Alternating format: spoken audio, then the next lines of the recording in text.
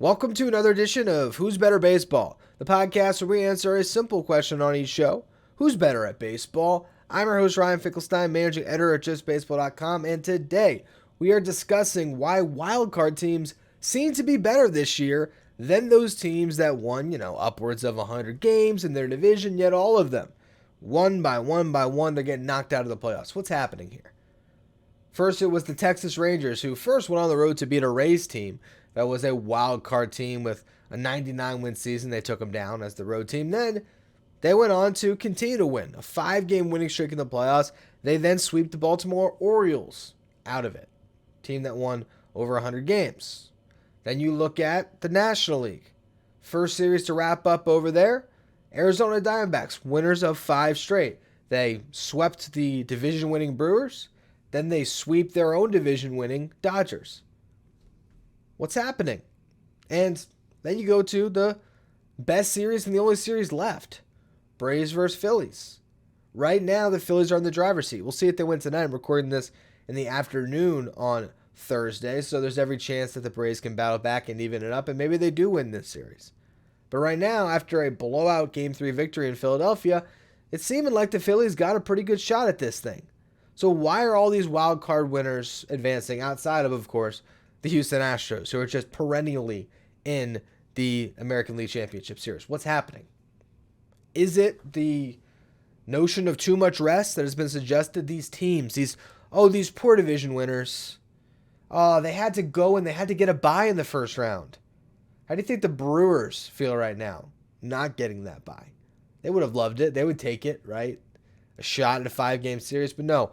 We have fans from these fan bases crying about the rest and people wanting, it's too much rest in between. We got to change the format. We got to mix it up. Maybe we give it some time. Maybe we let it breathe. Because I'll tell you what, there's no disadvantage when first pitch is thrown. There was nothing about the extended rest that hurt Clayton Kershaw in Game 1 against the Diamondbacks.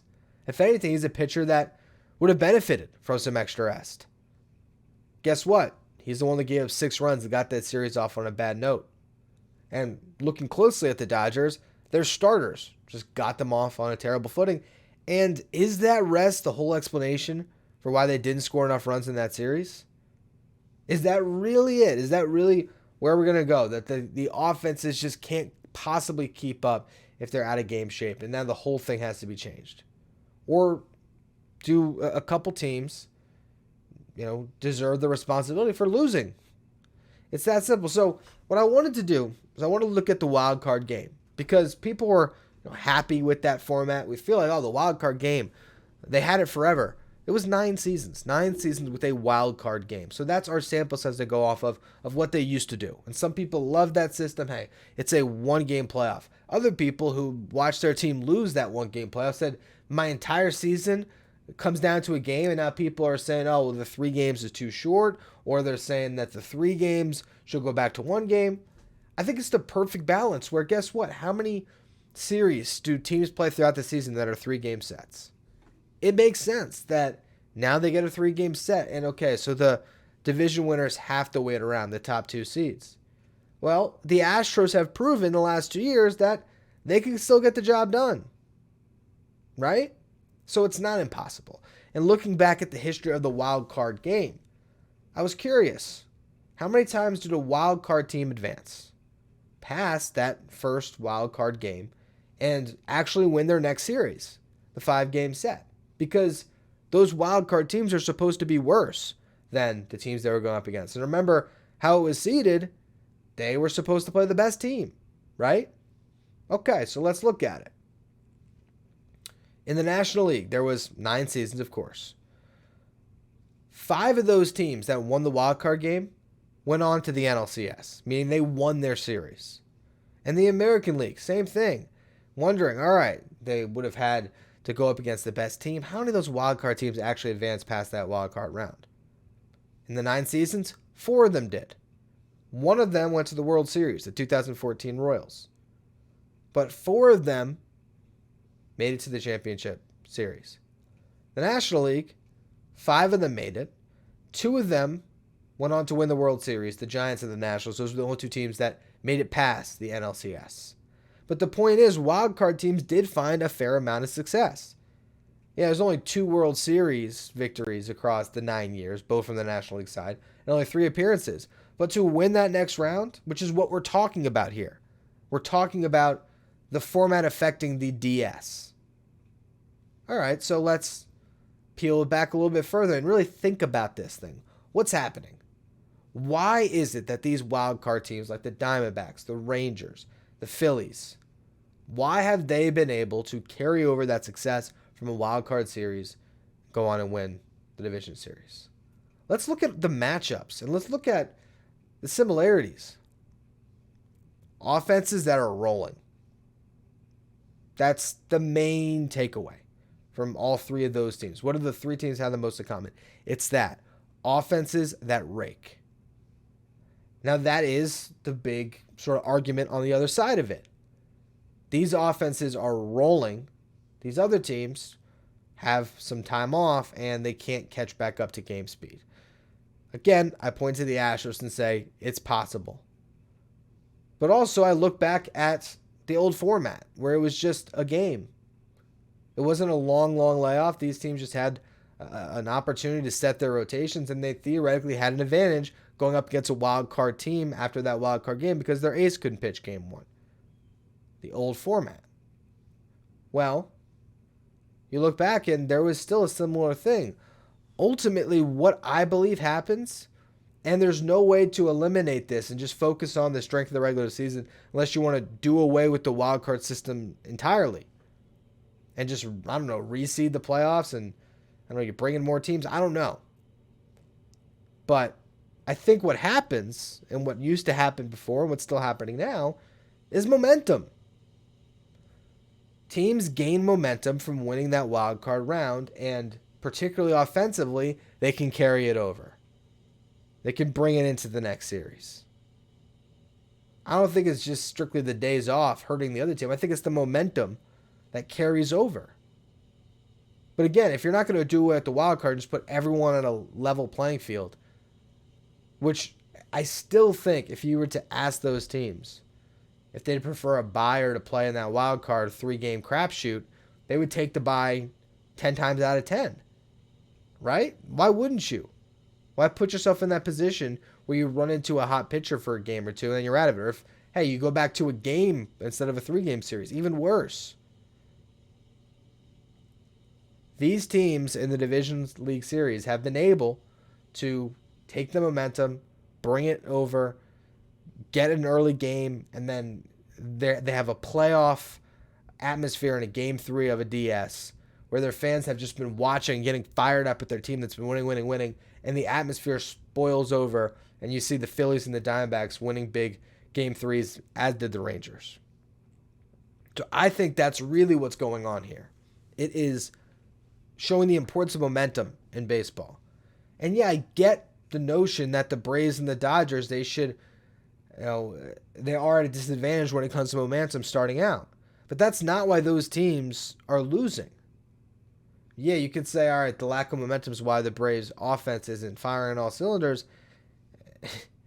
All year you were able to muster up the offense, and now that you can't, it's just simply the rest. I don't think that's what's going on. You get the credit, some of it, to the pitching on Philadelphia's side. And the same thing with the pitching for Arizona against the Dodgers. Got some good pitching out of that bullpen.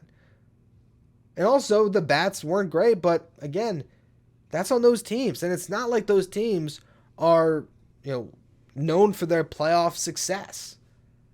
Those are the 2 teams that have had the most success getting to the playoffs in the National League over the past decade.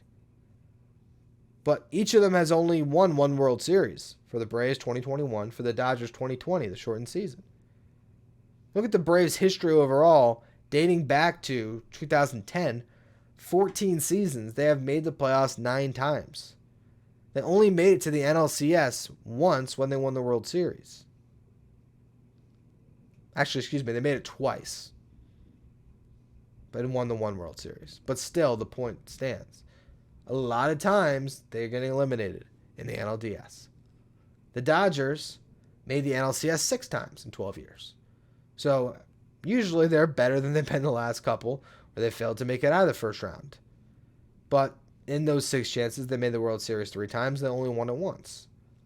These are teams that are known for being incredible in the regular season, but not winning it all. Meanwhile, the Astros are the exception to the rule. They've just been the best franchise that has found a way to the ALCS every single year, and they win it most years. 4 out of 6 up to this point. This would be a chance to go 5 out of 7 and make the World Series 5 times in 7 years, an absolute dynasty. And they've won it twice. They could potentially win it for a 3rd time. But again, that's what a great team does. And you look at the teams that are advancing, like the matchups they had. You go into that Rangers-Orioles series, I thought the Rangers were going to win it. That was my pick. I didn't think they would sweep it, but I thought they were going to win it. I thought it'd be closer, but still. Diamondbacks for the Dodgers. I thought the Dodgers were going to win that series because I didn't necessarily buy into the Diamondbacks bullpen, and I just didn't think that the Dodgers wouldn't hit. I thought that they would put up runs, and that just didn't happen. But you look at that series and why they really lost it, outside of obviously the bats weren't enough, but their starters put them in a hole, and we were all concerned about that going into the playoffs. Did the Dodgers have enough starting pitching? And clearly they didn't. And then I think with the Braves and the Phillies, to me, I just think the Phillies are a great team. And in a lot of ways, it's maybe a little reminiscent to the Royals of 2014 and 2015. Not necessarily the exact composition of the roster, but more the sense that was a team that kind of surprised people as a wild card round in 2014. As a wild card team, excuse me. They were the one team I just mentioned that went on to the World Series as a wild card team in the American League. So I think there was that aspect of it, is they sort of surprised to get there and they came up short. And then the following year they handled business and got the job done. I think the Phillies are looking like a team that's going to win the World Series this year. That they're going to get the job done after not finishing it off last season. And who knows? Maybe it'll be a rematch, Phillies-Astros. But I really believe at this point, where things are, Major League Baseball has done it right by their fans by making the playoffs this way. It allows for more engagement throughout the regular season because more teams can't sneak into the mix. And that's the point, that any team in the mix can go on and win the World Series. Do I believe the Diamondbacks are going to win the World Series?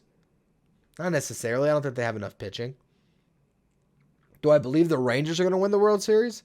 Again, I don't know. I don't think they have enough pitching. I feel like if the Phillies, or I guess still the Braves, go up against either of those teams, they're going to win it. And I think the Astros are clearly now the favorite yet again. But I still think that what we've seen, these are teams that have good offenses that can carry momentum. And if they're able to take that momentum with them from the DS round to the CS round, you never know if that can carry over. You can win a World Series out of it. But we'll see. We'll see exactly how it goes. And honestly, if you look at the history of the wild card game, not a lot of World Series winners. They can survive those early rounds, but it's the later rounds that they'll be exposed. So we'll see. We'll see how the rest of this playoff shakes out. But I don't think anything needs to change. I think Major League Baseball has this exactly right. Anyway, that's going to be all for this edition of Who's Better Baseball. Make sure you follow, rate, and review wherever you get your podcast. Subscribe if you're watching on YouTube. And check out all the great written work we have coming your way. JustBaseball.com.